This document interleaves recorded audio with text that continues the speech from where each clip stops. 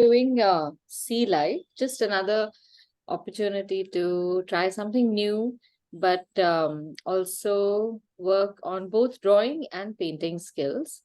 So Sea Life is often ignored because I don't know why there isn't too much that we relate to with sea life. You would probably put animals. Wait. Yeah, can you hear me now, Vijay? Yeah, just a bit. Maybe your mic should be closer to you. Can you check the volume on your device? Okay. That might help. Yeah? Okay. I All can hear you. Okay. Because I don't know how to control this. It's going from the device itself. Usually it's pretty clear. Yeah, we can hear you quite loudly. Okay. All right. Okay. Yeah. So sea life. Sea life is, like I said, an often ignored subject, but just plain because we don't find too many things that we can relate to with sea life. Often children like to make sea life because they like to make an aquarium or something like that, but that seems to be a very finite subject. So I enjoy making sea life only, honestly speaking, pretty much as an exercise to try different kinds of colors together, because we are very used to terrestrial animals, but not so used to seeing the kind of combinations of colors and forms that the sea life or marine life can offer us. So that's one. Um, there are also opportunities of trying to paint something that's water based, as in underwater. So sometimes later in the month, we will also be doing a depiction of water itself. So maybe some reflections, some waves. So that is also another topic that if you have to say draw a boat, everyone draws the boat very well, but then when it comes to illustrating water underneath the boat, that doesn't happen. So this gives us a wide range of things that we can illustrate.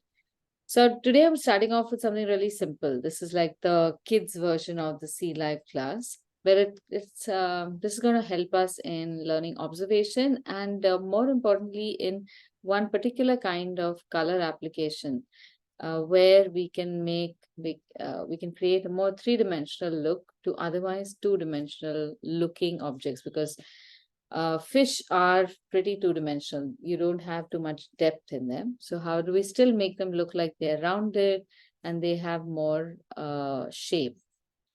So we'll start off with pencil sketching and very loose pencil sketching of these shapes to understand proportion, to just put down a form.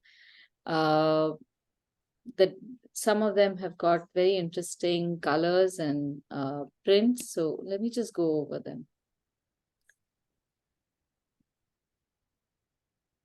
So every place where you find a pattern, that helps you to practice shape and scale and proportion. So in this particular case,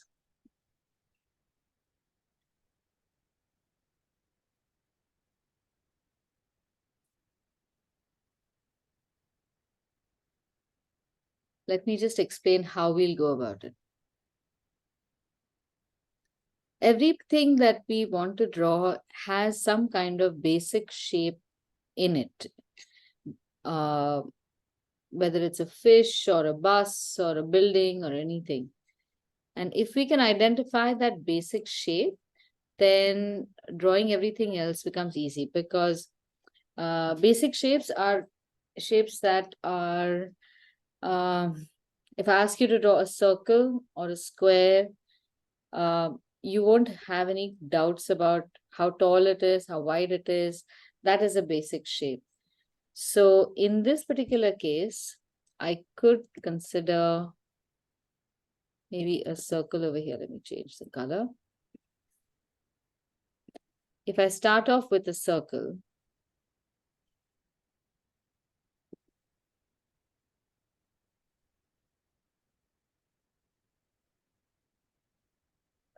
this unfortunately.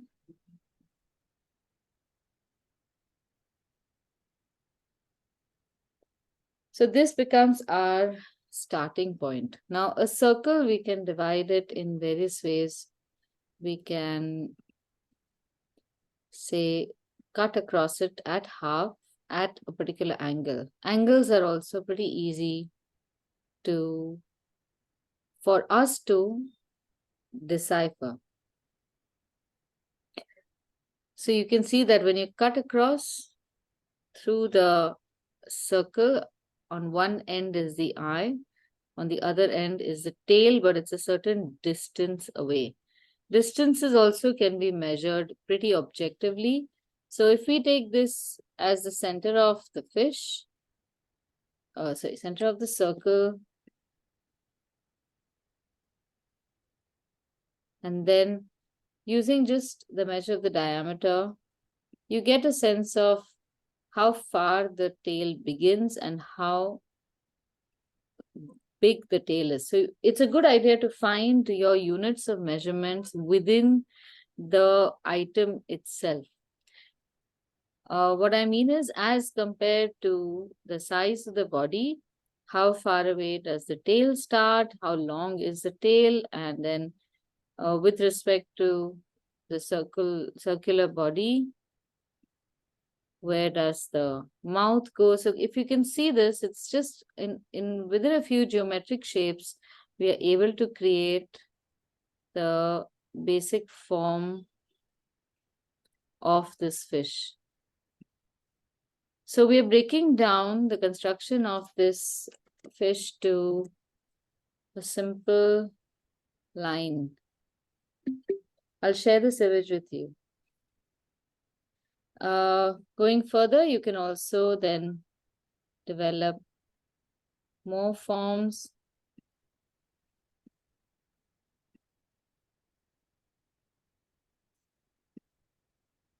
Now we are starting to get into the nitty-gritty lines. And each of them will have a direction.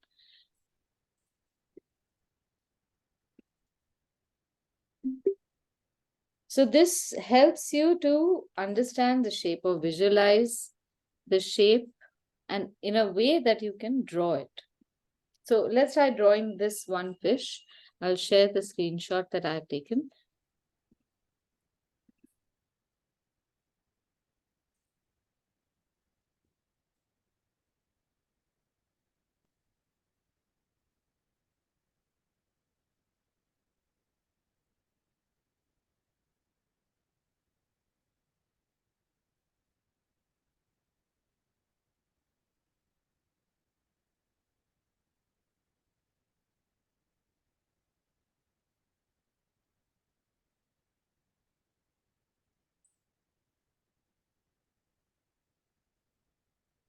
Okay, so if you want, just observe how I'm drawing it in the beginning, and then you can draw afterwards.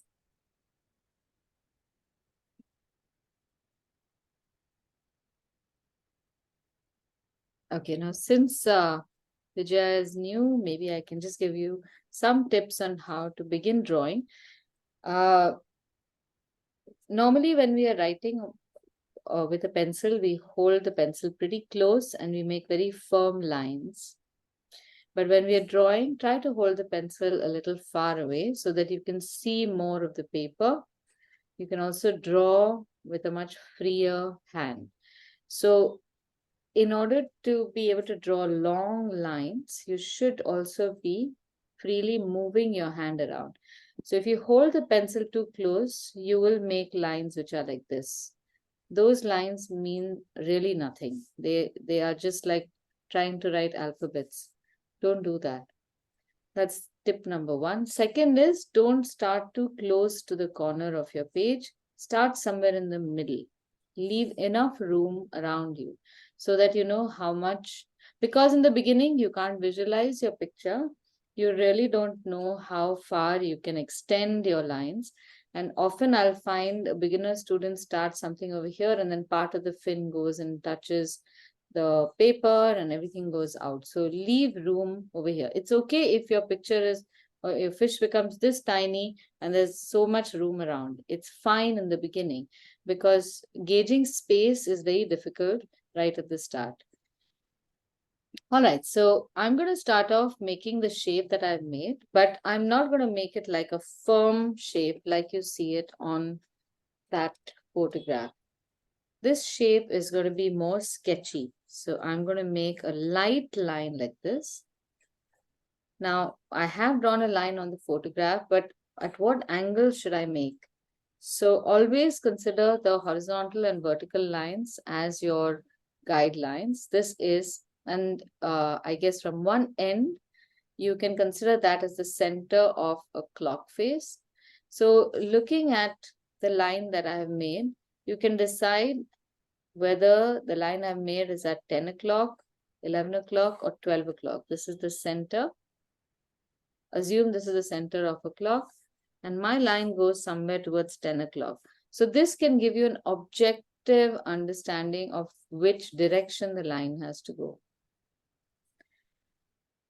So here we've divided our circle into half horizontally and tilted it such that the horizontal half looks like it's going towards 10 o'clock. Now divide this into half as well. We have a line coming here. From here to the end of the body of the fish, it's just a little less than half. And then this line is perpendicular to our horizontal half. And then we draw lines to the top of the circle like that at an angle. So it's almost like we're creating some kind of a square here.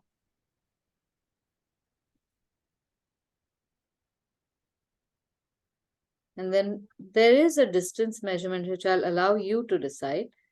There's a little width over here from where the fish tail goes out, which is maybe less than half, somewhere over here. And at some point, you will want to see the details. And those are obscured by the red lines that I have made. So then you go back to the original image. And by now, you will be able to see the image of your fish in this grid by itself.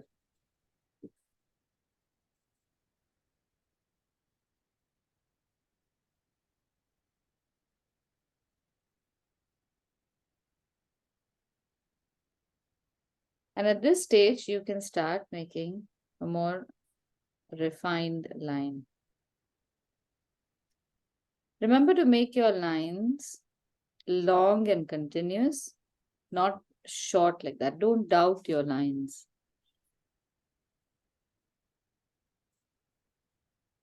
This is our snout, which again comes out about, how much does it come out?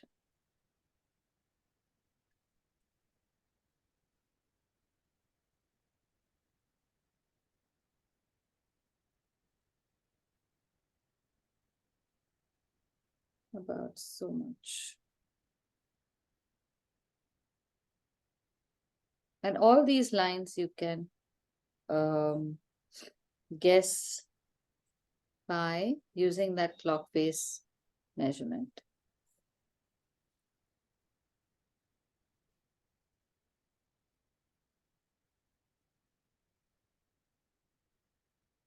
Now, shapes are really important with everything. Whether in this case now is the shape of the eye a circle or an oval will inform us of the angle at which the fish is tilting. There are lots of other lines as well, which also need to be marked carefully. So these colorful fish are and simple formed fish are a nice starting point.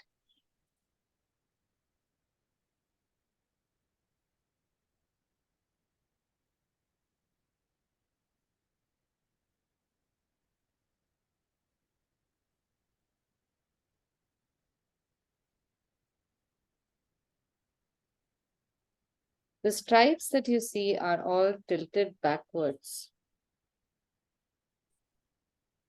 So remember to make that. They're not just straight across.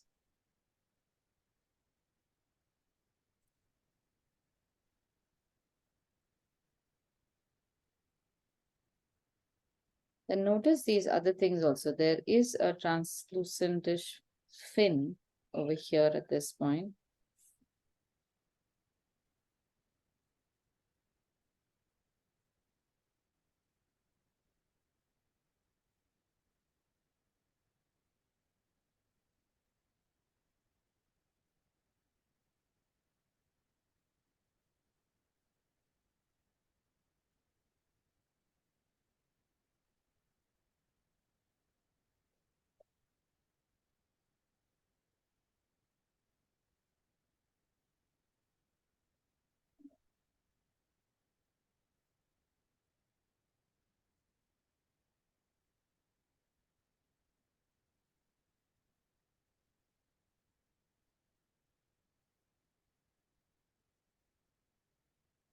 Now at this point, before we start coloring, you can erase some of the grid lines because they will interfere with the detailing and definitely interfere with the painting.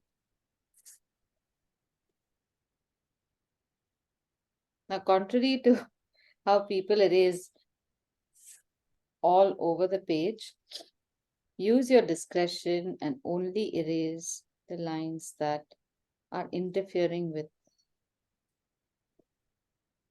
the picture.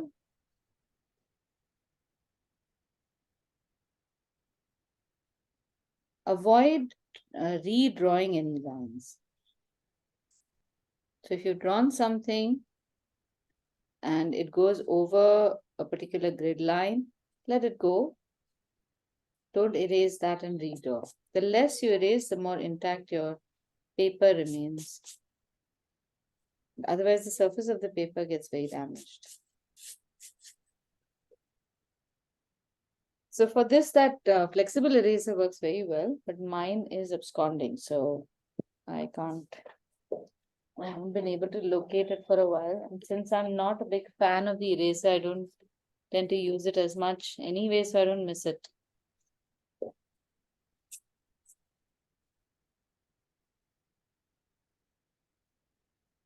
Okay, are we ready to paint? All right. So now what we'll do is we will put down some base coats over here, and then I'm going to allow you to choose another fish and make your own illustration of any of the other fish that you see next to it. And then we can paint the two together.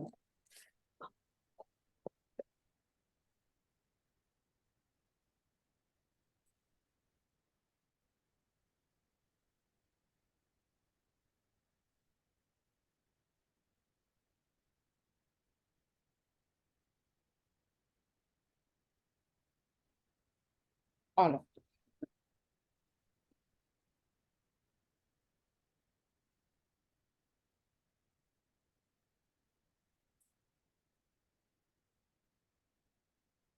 Now, first rule is if you are going to paint water behind the fish, you should paint it before you paint the fish itself.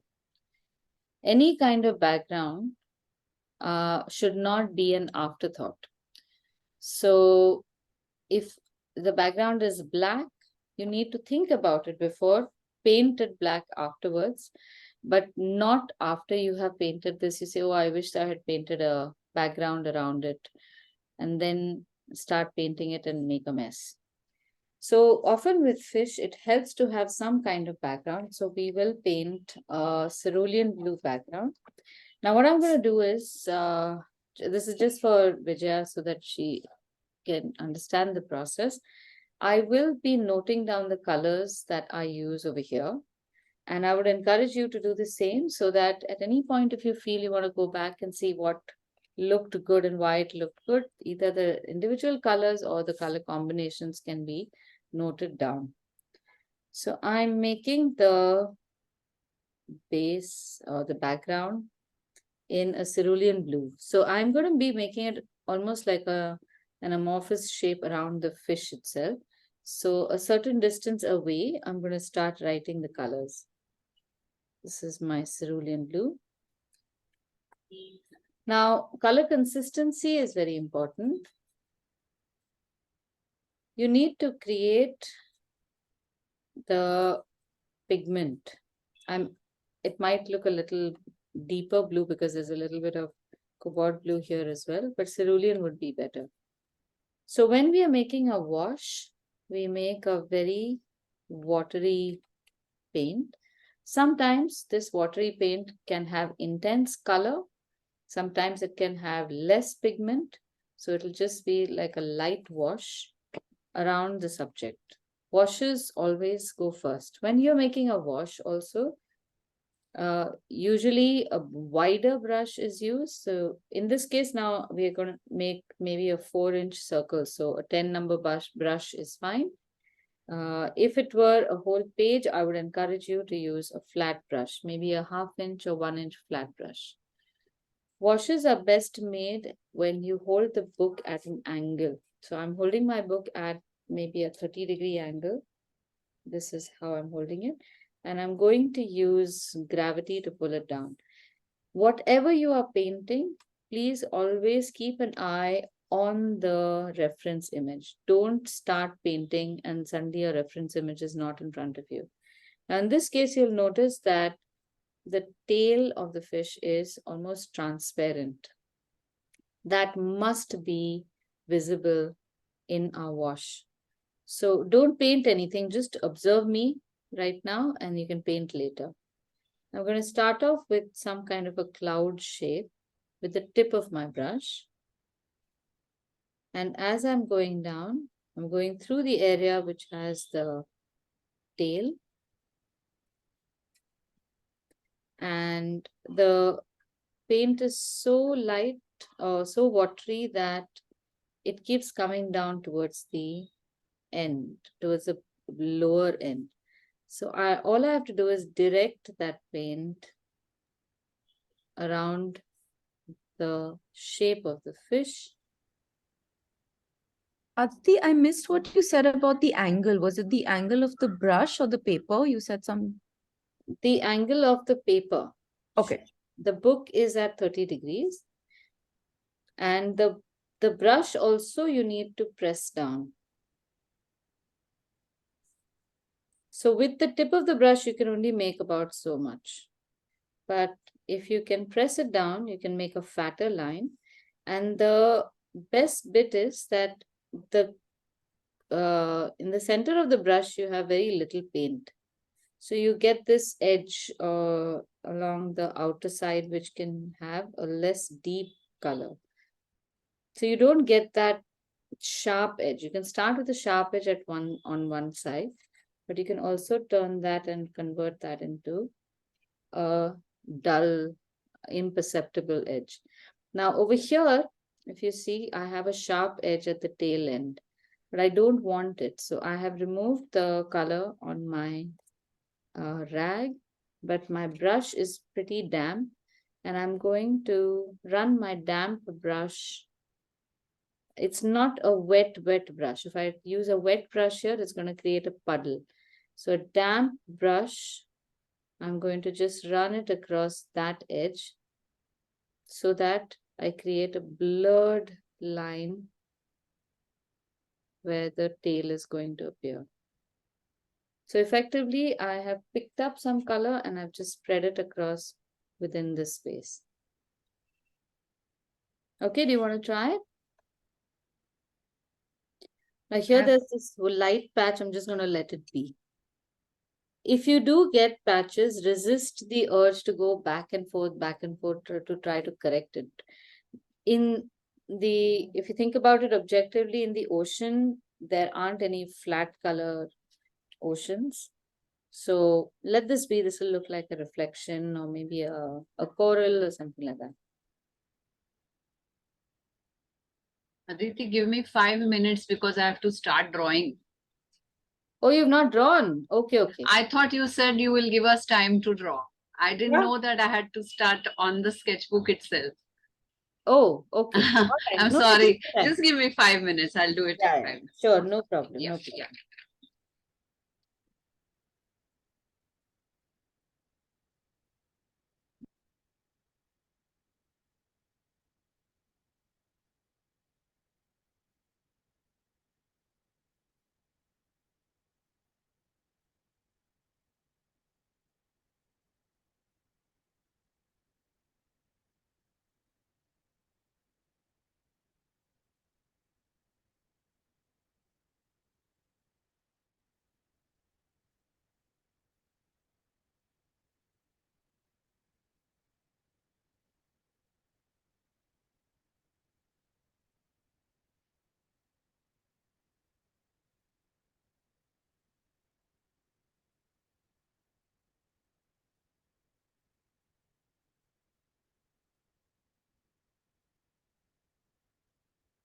Okay, I'm just stepping away for 2 minutes.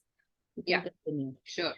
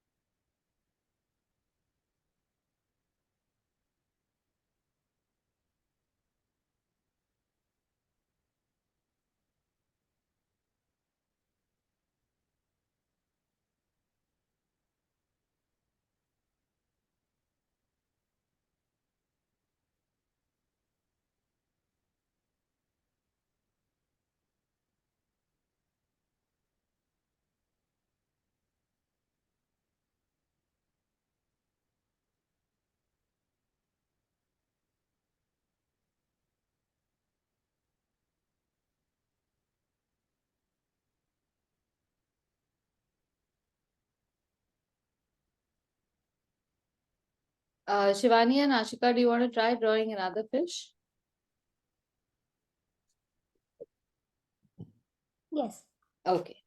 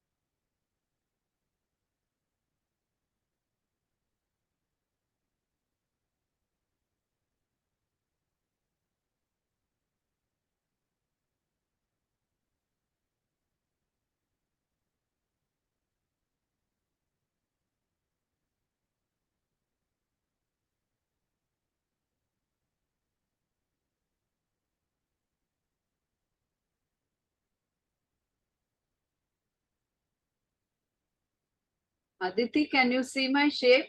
Yes, just let me have a look. Huh? Okay.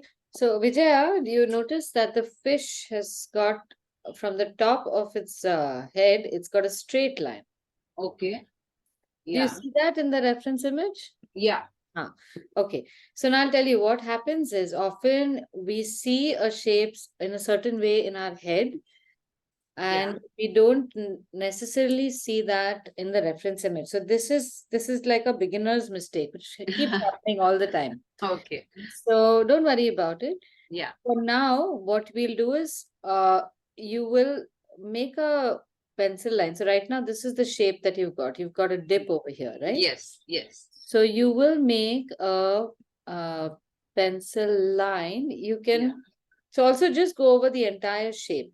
Yeah. Like saying this line goes up over here, then Yeah. it goes round, and then it goes straight all the way to the top of the head. Okay. It comes down here. And how long does this snout Yeah. go? Okay. All right. So in Yeah. your case, Yeah. where you created a dip over here, Right. you can actually make a line Yeah. in that blue that goes across. So part of the fin is here. It Yes. goes straight across. Yeah. Then we'll do the painting of the fish over here. So some parts of your fish will have that blue triangle on the Yeah. top and the bottom. Okay, Okay. but it's not to worry because there's a shadow that comes over there. Okay. I'll do that right away. Yeah, so just make a light pencil line so you know Yeah. exactly where the shape has changed. Sure. All right. Now moving on to the next shape. We can try this clownfish. Now in the clownfish that you don't have a very defined circle. So this could be a bit of a problem because where do you then begin? You don't have a circle or a square or a triangle. So in this case, you can resort to a teardrop shape, which also starts with some kind of circle or oval shape. So where does it? Aditi, what was the first fish called? Oh, I have no idea. I just know this Okay. because it's finding Okay. Nemo.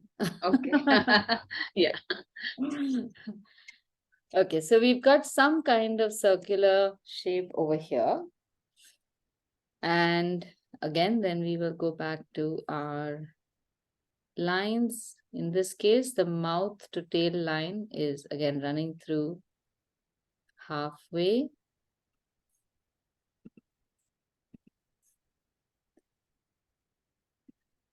Create our units. So you have half, or the radius becomes the unit. So the head ahead is just short of the radius. And then how long is the body behind it? So we take this measurement and this measurement. So another circle would probably come till over here. And then you have the tail that ends over here. So basically 3 radius measurements for the rest of the body. Okay, then from the top, you have a line that comes down towards this point. Here you have a line that goes this way. So I'm marking all these points for us.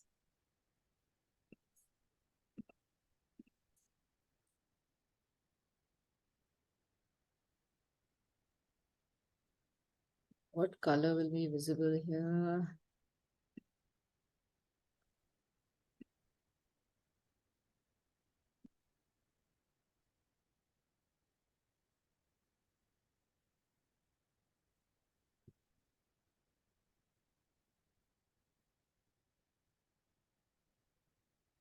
And this is the way I would draw it. And every point has got some kind of previous reference point.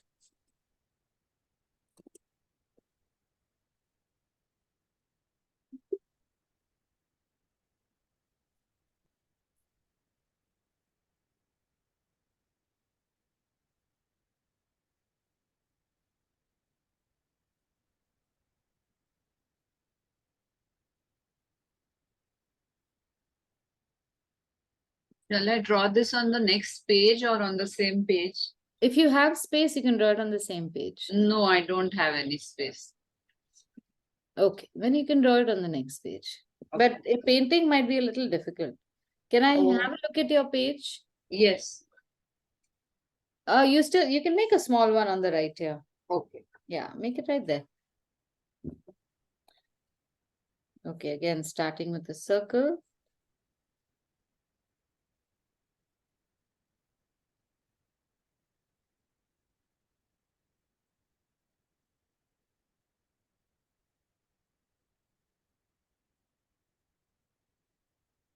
So any kind of illustration from a reference, you would use some kind of grid or another.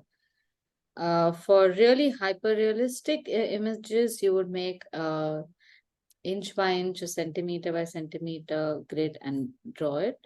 But for most illustrations like these, where they are fairly, I would say they're fairly casual, you don't really need a very hyper-realistic illustration. So hyper-realism is when you make something, make an illustration that is close to real looking. Not to be confused with realism. Realism is completely different, but realistic images are made to look as if they are photographs.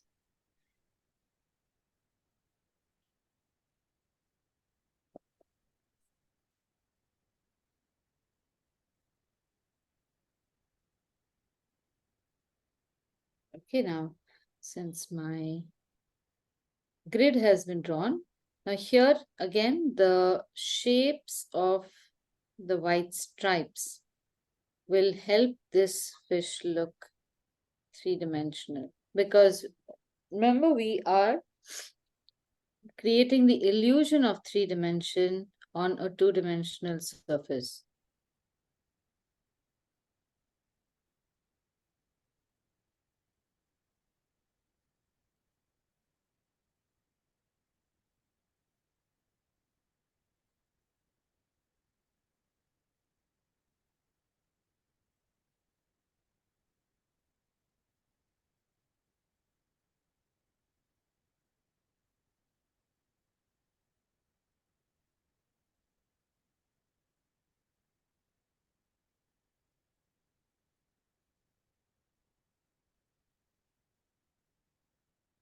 Now, none of these lines are perfectly straight. They are in fact very wobbly. So keep them very free flowing.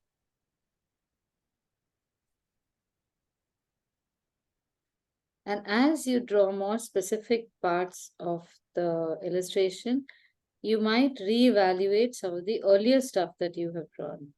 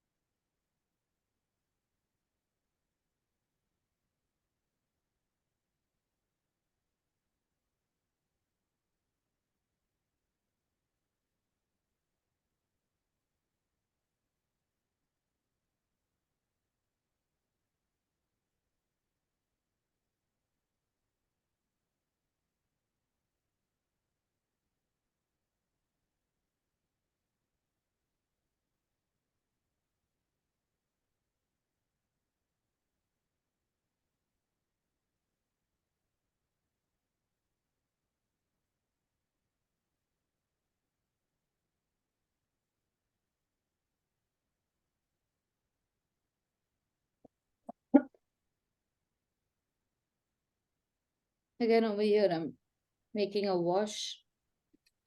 This time round, for the wash, I'm going to use multiple colors. So there'll be cerulean blue and ultramarine blue. And here's one way of going about it.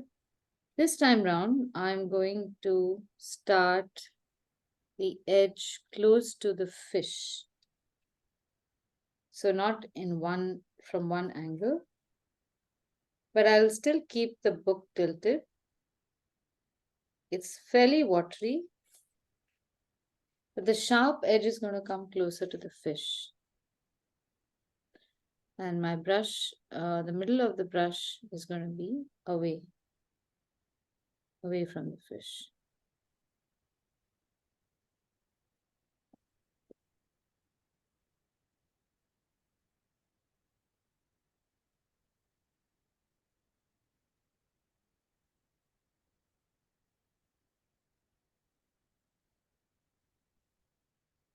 The tip of the brush often has more concentrated color and definitely a sharper line because of all the hairs concentrating towards the tip.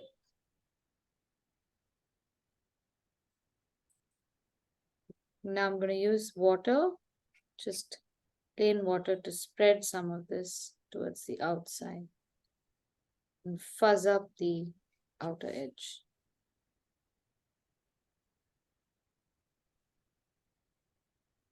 Now ultramarine blue is a very pigmented color. So wherever you have applied ultramarine blue, you will see these pigments not blending as smoothly as other colors. Don't even bother trying to blend it. It gives all colors have got a particular nature, just I guess from what it's made from.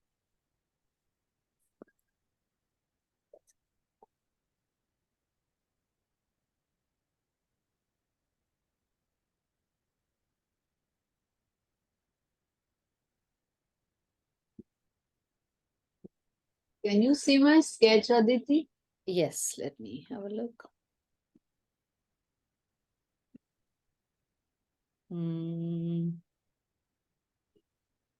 Okay, 1 minute. How have you drawn it? When you were drawing it, how were you holding the book? Like this? Okay, you did not draw it in the orientation that the fish is itself? Because I had very little space, so I just had to accommodate it. Oh, never mind. You could have still tilted it and made it smaller. So, Okay. the reason I'm asking is because Yeah, if yeah, you see it at a particular angle, yeah, if you draw it at a different angle, yeah, our measurements can change. right. Could you just send me a picture of that on the group so I can have a closer look? Yeah. It seems to be okay. Doesn't seem to Mhm. have a problem.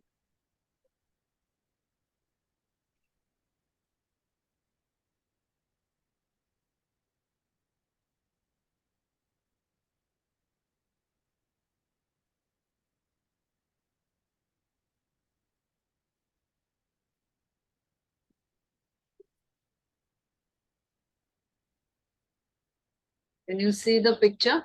Yeah.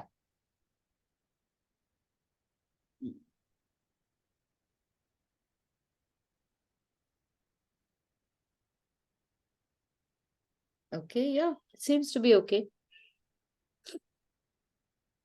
Do I have to blend some outlines? They look quite sharp.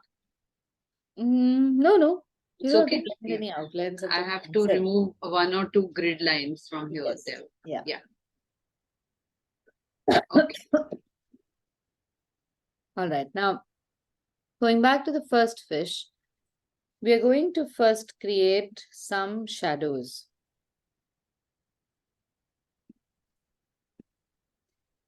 So if we go ahead and paint the fish the way we can see it, which is yellow and yellow lines and maybe gray lines or something, it's not going to look like a three-dimensional fish.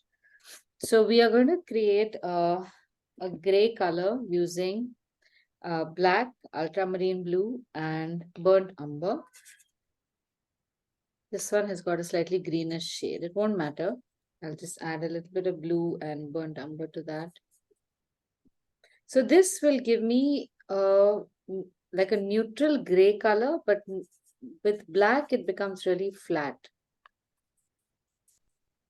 And this also allows me to manipulate my color so that I can make it my gray, so that I can make it slightly bluish, slightly greenish or brownish, reddish. I'll break this down over here. It's a very light shade. I want you to notice that it's not too deep in color. If I were to make a line, it's going to be a very light colored line. It's just a tint. We don't need it any darker than this. So don't use a large amount of pigment in it. Can you walk me through this again? How you made this third color? Yeah, so it's a mix of black, Yeah. ultramarine blue, and burnt umber. Okay.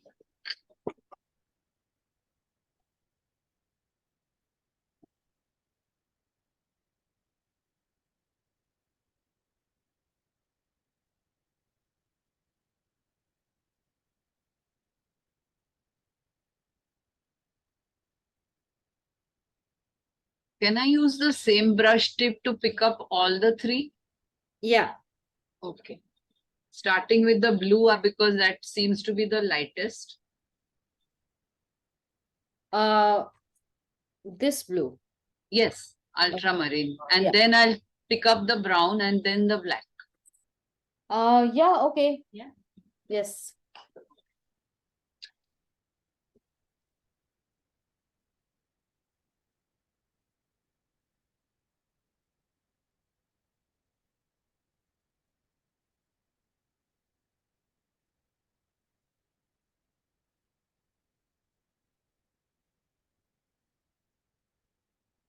So keep it very fluid, this color. Yeah. Use a slightly fatter brush. Take a rough paper and just check what is the color of the pigment that you're getting. Yeah. And keep it light. And now I want you all to just observe this. This color is going to come in 2-3 places only, which is the bottom of the fish over here and the underside of this fin. So I want you to see how I'm making it. You do not paint with just the tip, because that will put in too much color over here. So I'm going to turn this around and I'm going to paint it from one side to the other side by flattening the brush. So one side meaning right underneath the eye, not the mouth.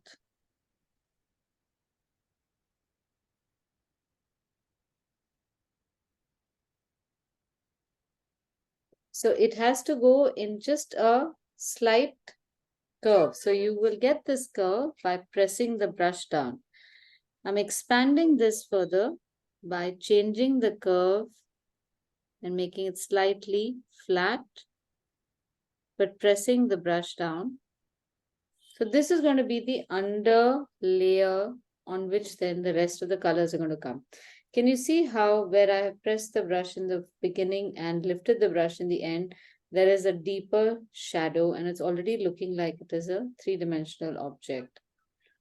Now the same thing on the top where I will turn the brush around. So see what I'm doing is I'm starting with the tip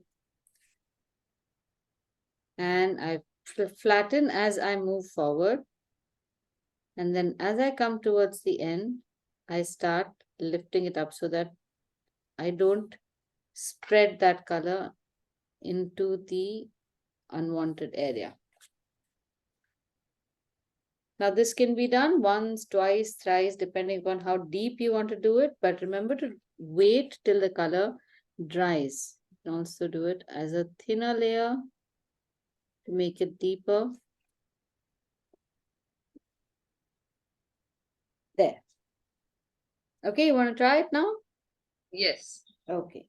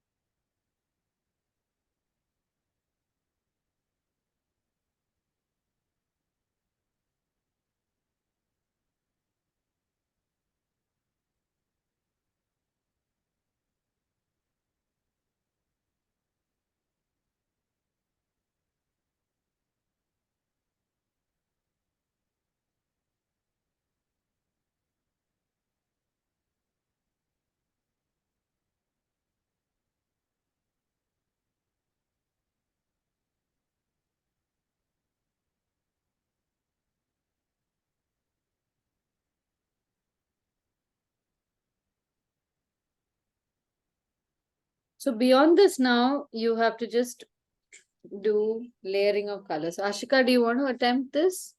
Not Ashika, sorry, Shivani, because since you're waiting, you want to, Okay.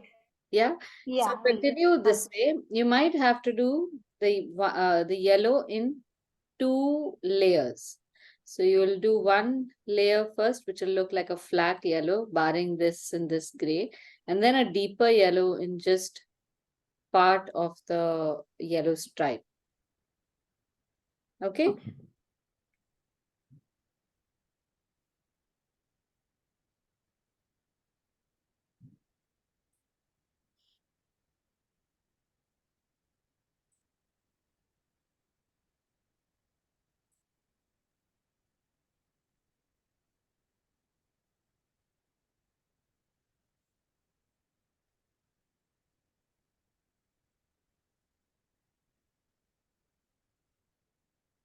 So all the other places where you think there is a gray shadow, you can add this, even if the color over there, the color of the stripe is white or it's a yellow, you can continue to do this.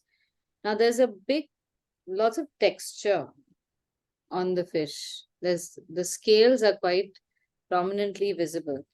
But in a picture like ours, you can merely just indicate that as gray lines. So I'm going to make part of the gray over here as well, just above this fin, beyond this fin just a little bit.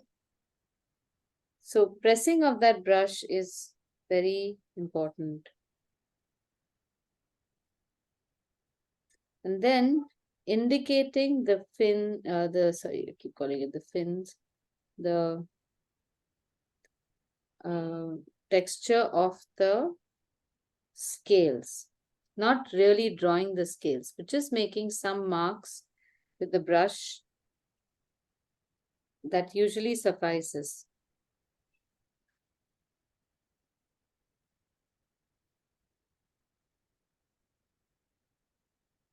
It helps to make all this before rather than later, because when we add the yellow on top of this, at that point we don't have to make any of this texture. So if you look closely, I'm making the texture in the same gray color, very little paint in my brush, and I'm just making C-shaped lines, one after the other, pretty much like I see it in the reference image. So a tiny C shape, not too large. Now this is optional. If you're not confident about this, don't make it. It will still look like the same fish. We can make these marks on the tail fin as well. Same color, use the same light gray color.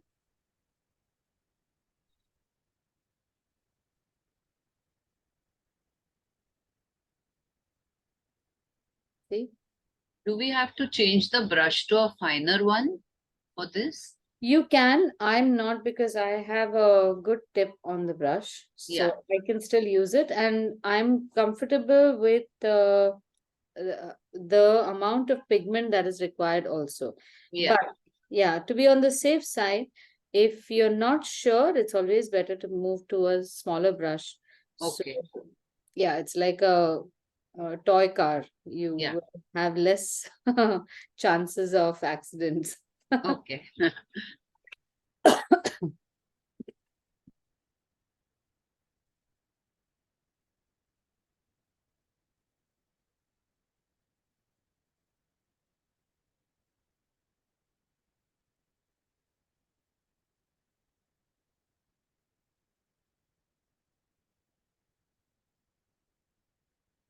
I can see more places with gray now, a gray base color.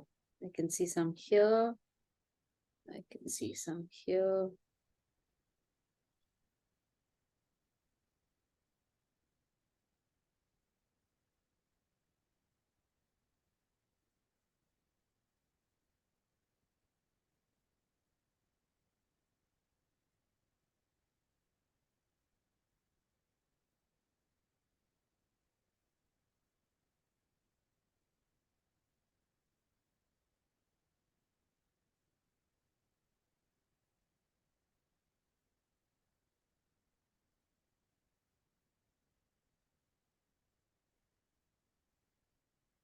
Now the next color I'll use is just a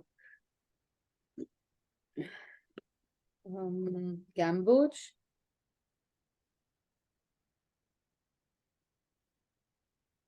Even for this, remember to start off with a light shade.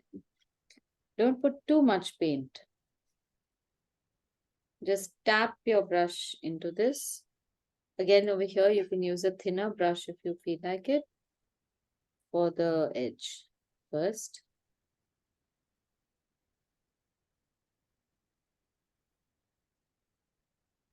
Leave a stripe and then make the next part.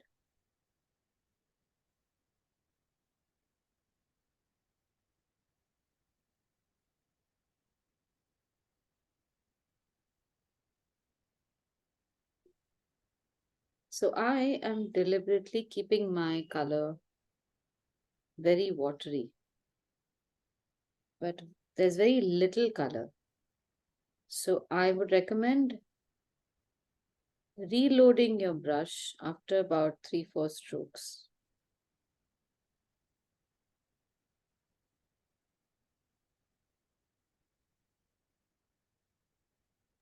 Do you still get those replacement cakes for these watercolors? For Camlin, I'm not very sure, Hmm. but I think the more expensive ones, you do get replacement cakes. What Gamboge and ultramarine is always low, and I keep having to get a new set because no, buy tubes, buy a set of tube colors and just squirt a little bit in this. okay, it'll be the same color and consistency. Yeah. All watercolor of the same brand will be the same color, same consistency, everything. Yeah. And it's better than buying a new kit for 2 colors. Yeah.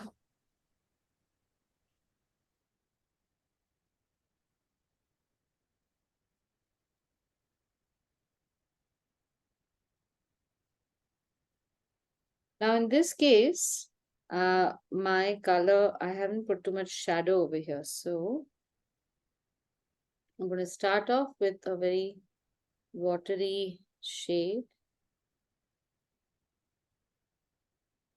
And as I come down, I'm going to dab a little bit of orange and light red along with the gambo and pull it down. So it's all one after the other, wet on wet.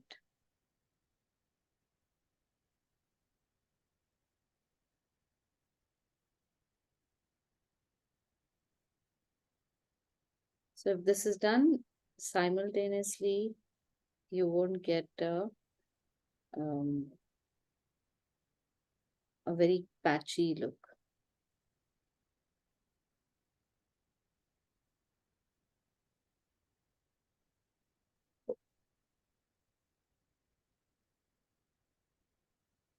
Now, if at some point you feel that your color should be different and you're still painting and your paint is still wet, wait till your paint dries and go over the whole thing one more time.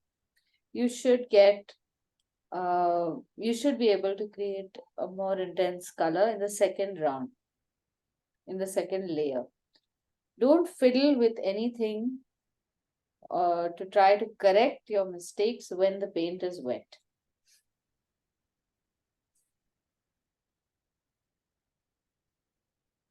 Aditi, my shadows were really patchy. Can you see that? What do you think I did? Okay, let me just have a look. See, the first part over here, this is a nice shadow you've got. But these are a bit patchy, no? Yeah. So that, if that does happen, you can go over. So actually, it's at a, this is lower than it should have been. The one on top. Okay, let me just show you. This part, if you did it the way I did it, it should be on the outside of the circle. So yours has come inside. So technically the shadow is done correctly. Just because it's in the wrong place that edge is looking like it is very firm. But don't worry about it. It's not such a big deal. And you can, it will still work on the fish for now.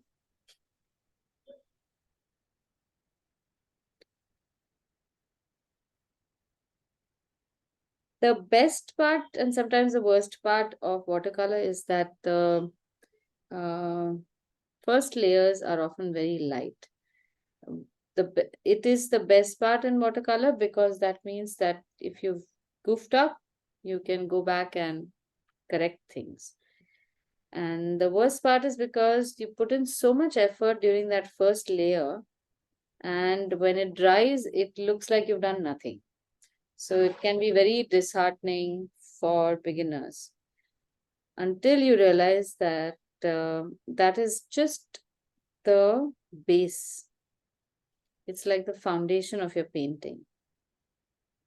And once that has been laid down, the next layer, you can add more drama, more intensity, add in the shadows, the contrasts.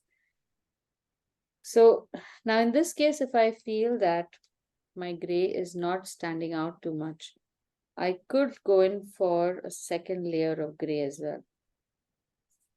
So like over here, I could make it a slightly deeper color.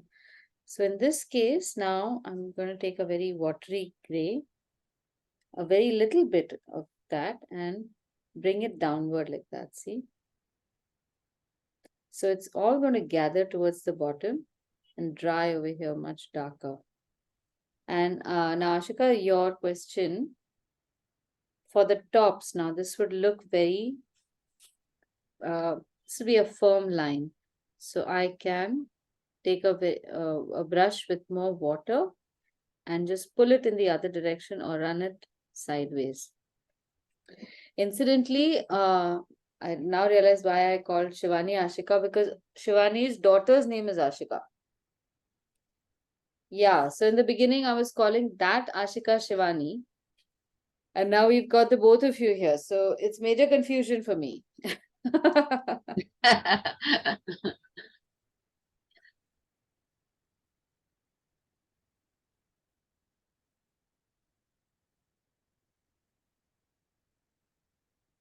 Aditi, look at my picture.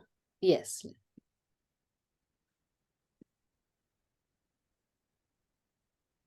Okay, this is going fine for now. All right. Yeah, so I'm going to look at the points that you are getting right. Yeah. You are getting the gray right. You got that the fish is looking very nice and bulbous in 3D. So Yeah. forget the shape bit. The shape will come fine. That's a minor issue. You're getting the color application fine. That's also good. So we'll go with this. So don't worry too much about the shape. Very nice. Okay. Yeah.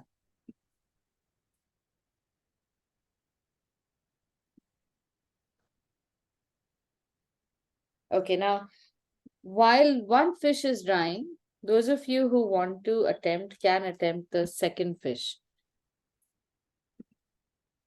The procedure is pretty much the same. Identify the colors, start with the lighter color, laying down as a wash. In the case of this fish, we may not need to add a gray, but it doesn't hurt at all. So there is a little bit of gray in this area underneath the fin over here.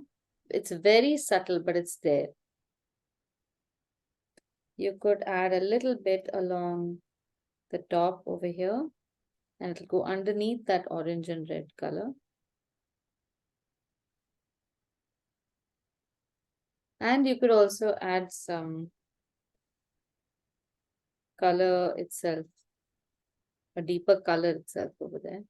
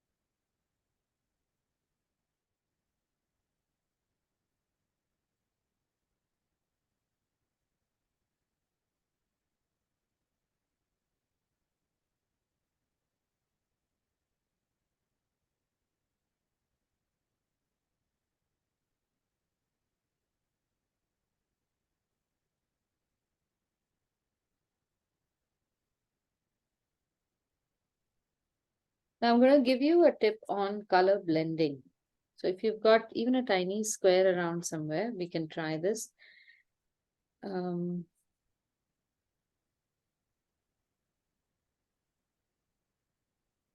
Just make a rectangle about 1 centimeter across and 1 inch long.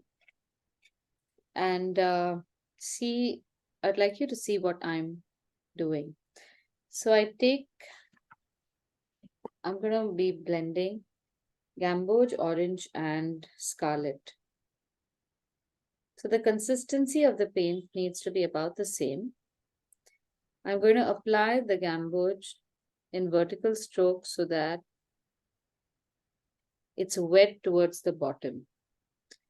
Wipe the brush and take orange in the same consistency and about the same amount, not too much. I'm using a very fat brush, but the color is only in 1/5 of the tip of the brush.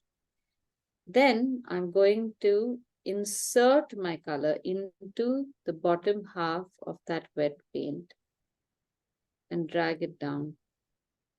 So I am applying a little bit of pressure over here in order to drag the color downward.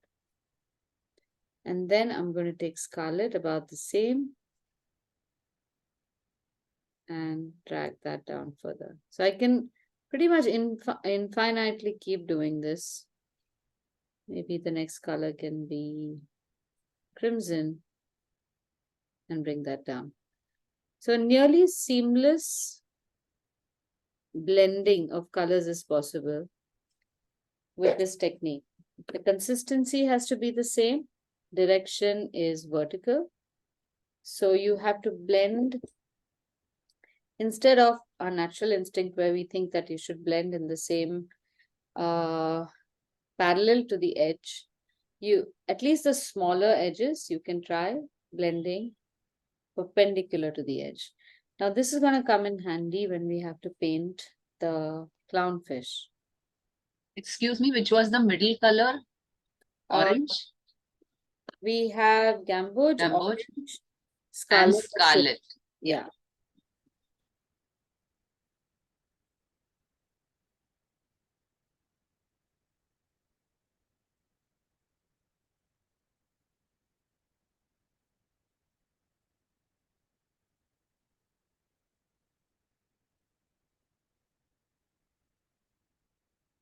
Now this blending also looks better if some of the previous color is included in the next color. So I'm going to make a color blend with gamboge and orange.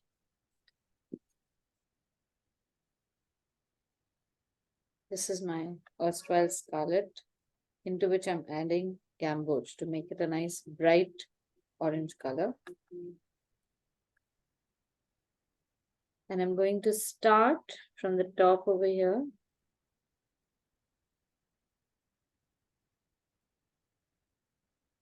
Go over the eye because there is no highlight over there. But avoid the white stripe. Oh, there was a gray stripe here. So, okay, never mind. Now, as I come lower, I can keep increasing the intensity of the color.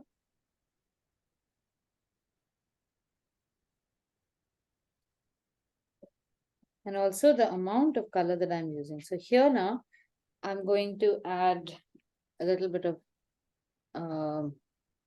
light red to the mix. It's not only light red. I'm adding it to the existing combination of orange and scarlet.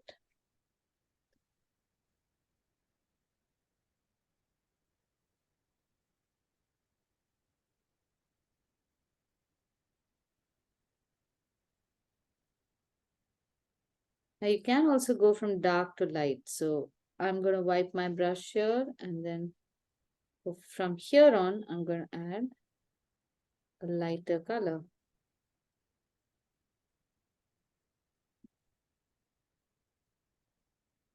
Go back to the deeper color.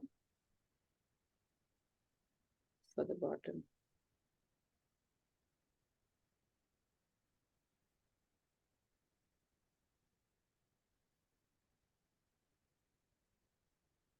So there is a chance that your colors might blend unevenly in this technique. And that's a good thing. The best part about watercolor is that it is very unpredictable. So the unpredictable color blending can make your picture sometimes look even more stunning.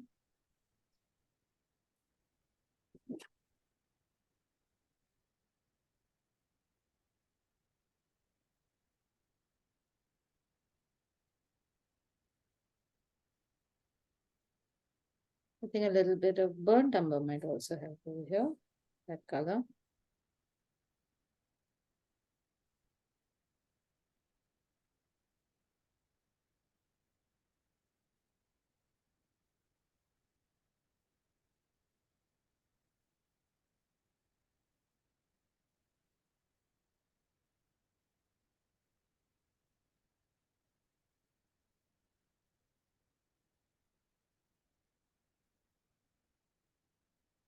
If there are patches, don't try to correct them. See, I have a patch over here. I'm just going to let that be.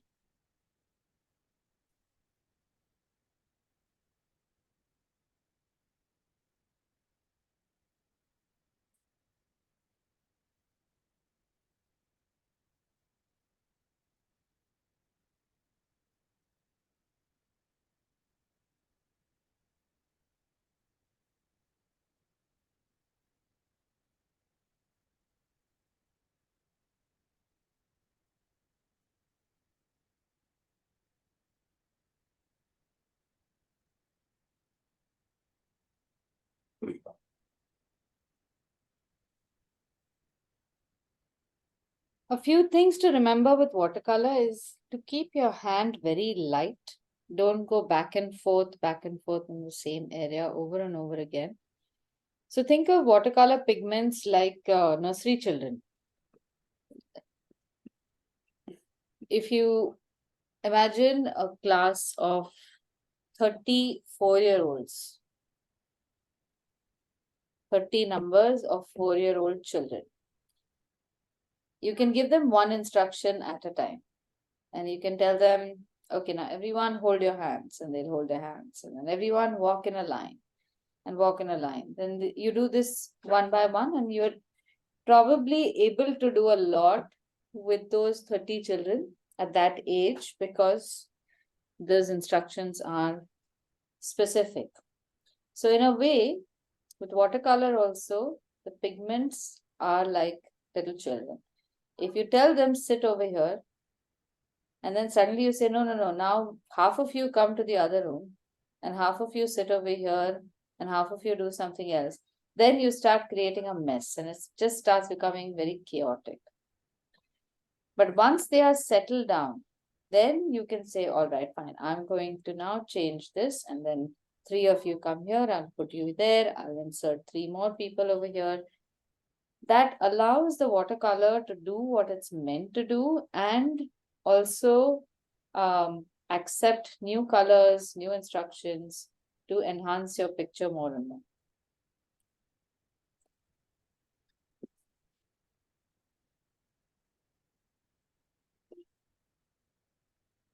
Now, the other thing is that because this is a translucent medium, it works like layers of glass. You can keep adding a different layer, like a different colored glass, and that will keep changing the color perpetually. So depending upon the ability of your paper, you can keep modifying the painting as you go along. What we're doing right now is possibly just about 10% of what we can do with watercolor. One reason is because we're using a thin paper, so we can't really put in too much water. The paper cannot stand it. So we are doing what I would say are the middle, the important layers in the middle of what watercolor illustration would be. So if you can imagine much thicker paper, like a 300 GSM paper, which has the ability to absorb a lot of water, you would right in the beginning just wash that paper. Sometimes that paper is also held under a tap to wash it up. And then you will, something's wrong with my face. So then you will let it dry, let it straighten out, and prepare all the fibers in that paper to accept the colors that you put in. Then, even before we come to the washes, you will start prepping it with some basic color washes, which are even lighter. So there you will start creating this whole atmosphere of the ocean, maybe, or water flow or whatever. So even there you use an even more watery color. Then let it dry and then come to what we are doing. So then we are at the level of our art. So we are at probably layer 3 or 4. And then you can move on to the more specific layers. Then the other thing is you start crunching the area that you paint. So you start off with a wider wash all over the page or larger sections with a big fat brush and very watery paint. Then you start making the color thicker, reducing the size of the brush and also reducing the area that you're going to paint. So every successive layer, you start painting something else or paint something less. That way you start creating depth. It's almost like, think about sculpture. If you do layer by layer sculpture, some places we'll add a little more where we want to add more depth. Some places we will keep it unpainted because we want to retain that as a highlight. So whenever you are faced with watercolor, just look at it as translucent layers one below the other. And you can keep, that's why keeping colors light makes more sense than going in with a dark color. Right. So going back to this fish. Now I can keep fiddling with this, adding more and more colors and shades as I find them appropriate. One of the same colors I already have, but with a little more yellow, I'm going to put underneath this fin. Oh, I went into the white area. Now this time round, I'm going to leave some sections as highlights.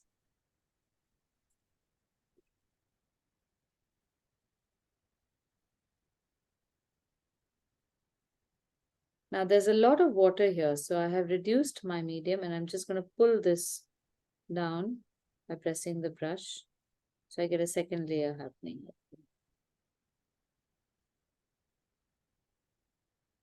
Same color over here.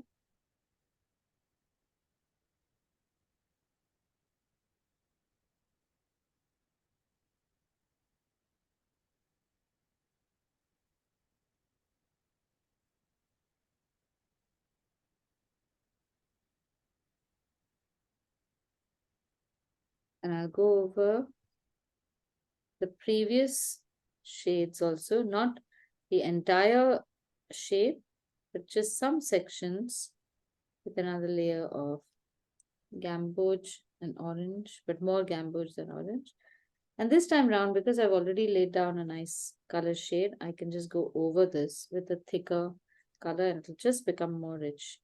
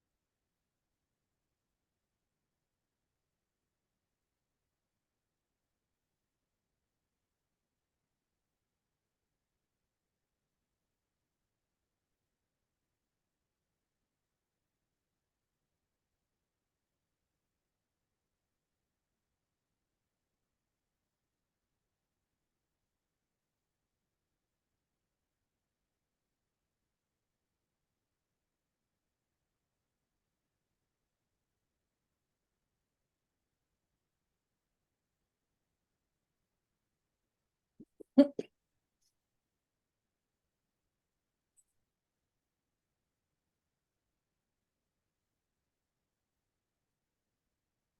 the clownfish, you can do the same.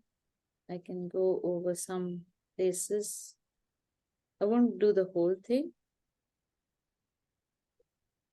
And this time again, it's more gamboge than red, but the color is slightly deeper, thicker. And this will blend all the previous batches right away.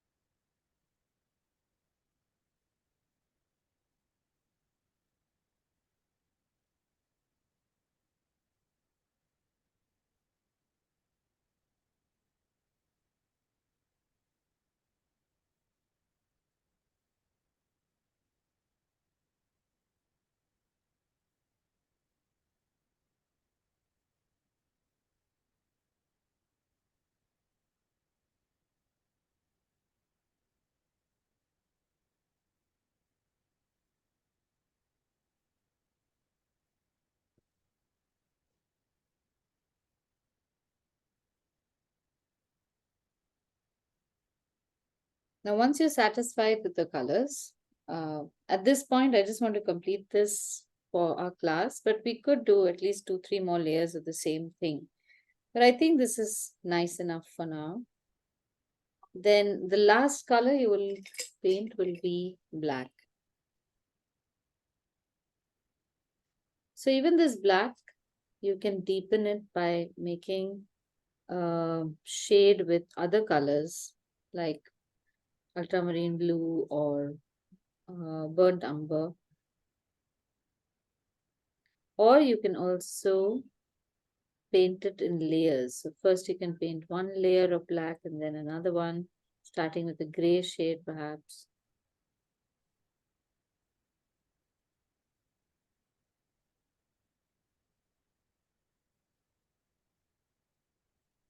And if you are not very confident of your black inking skills, then you can make this even with a pen.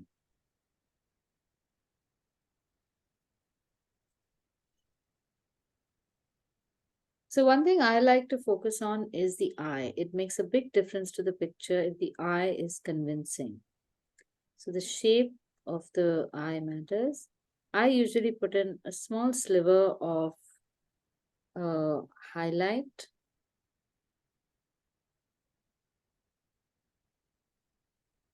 And then you'll notice that around the eye, there are some folds always.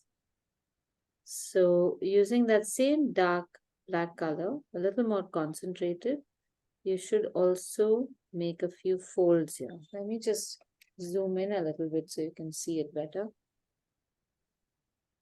So this is the eye made pretty much like a bead. And in that, there is a dark shadow on top. So I'll make that first.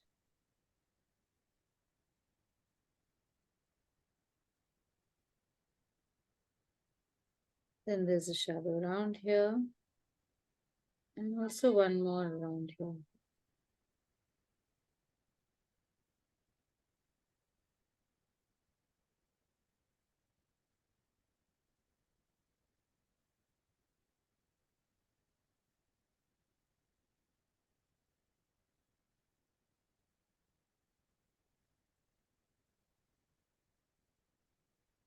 Now in all other areas, my paint is still wet.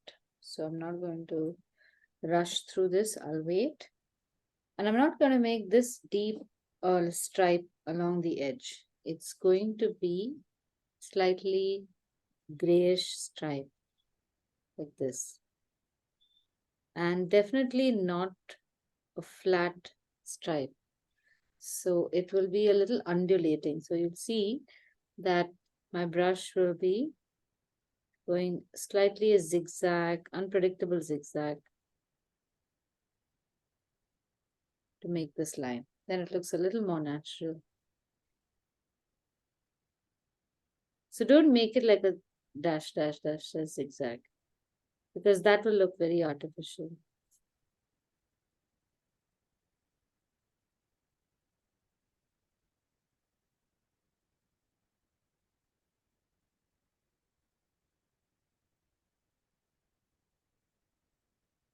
Okay. All right. Now here I want you to notice I have got an unexpected cloud because I used too much water, and I can fiddle with it, or I could just let it be. If I were to fiddle with it, I will take just a damp brush and repeat that same process again. Just pull the color downward. That should do it.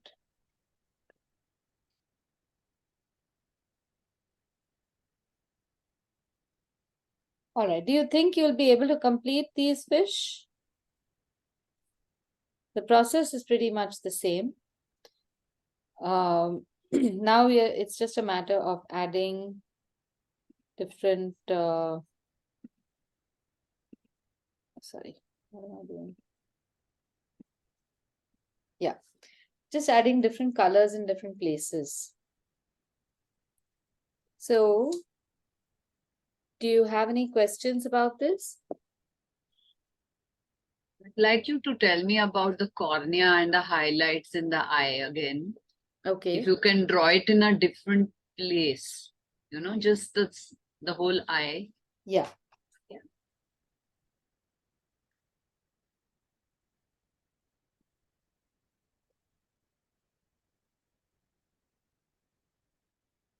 The eye of the fish is usually seen as an oval.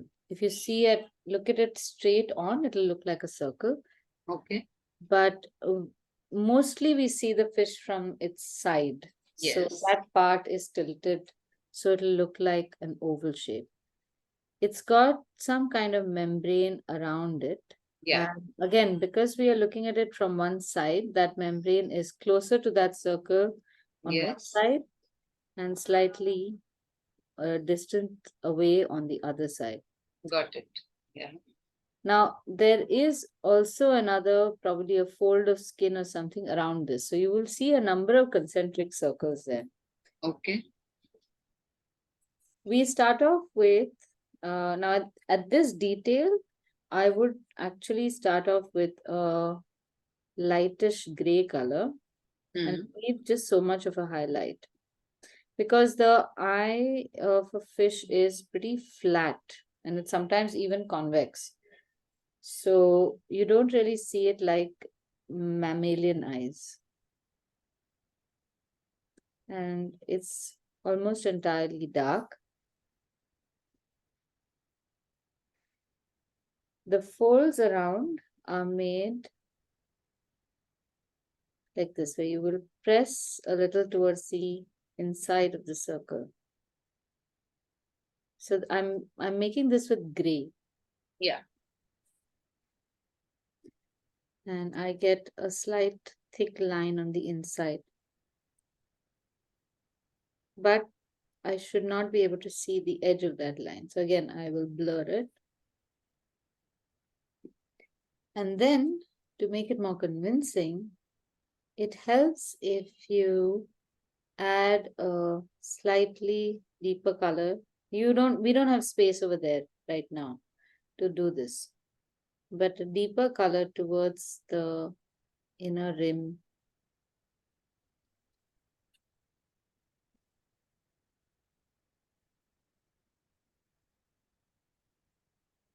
Like this. So this is what would look like a convincing living eye of a fish. Okay. And the folds around can be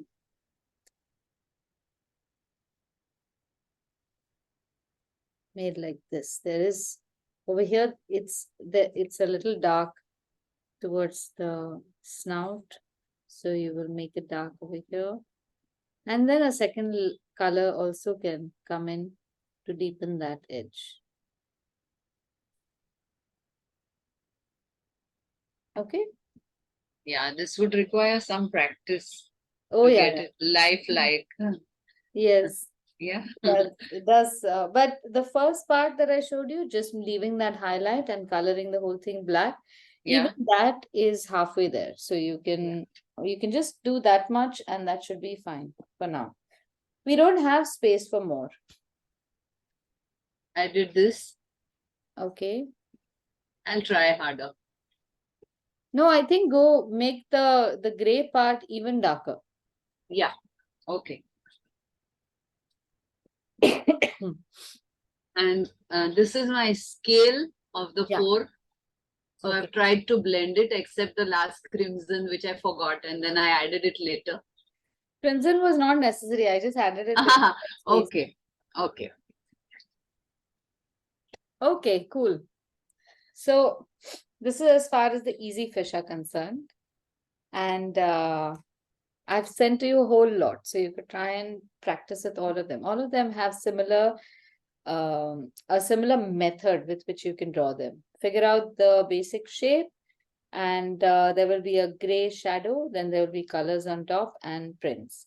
So the shapes are not too difficult to do. If you look at certain other marine life, like there's a fish called that a betta fish or goldfish, octopuses or octopi, they can be very complicated to draw. Seahorses.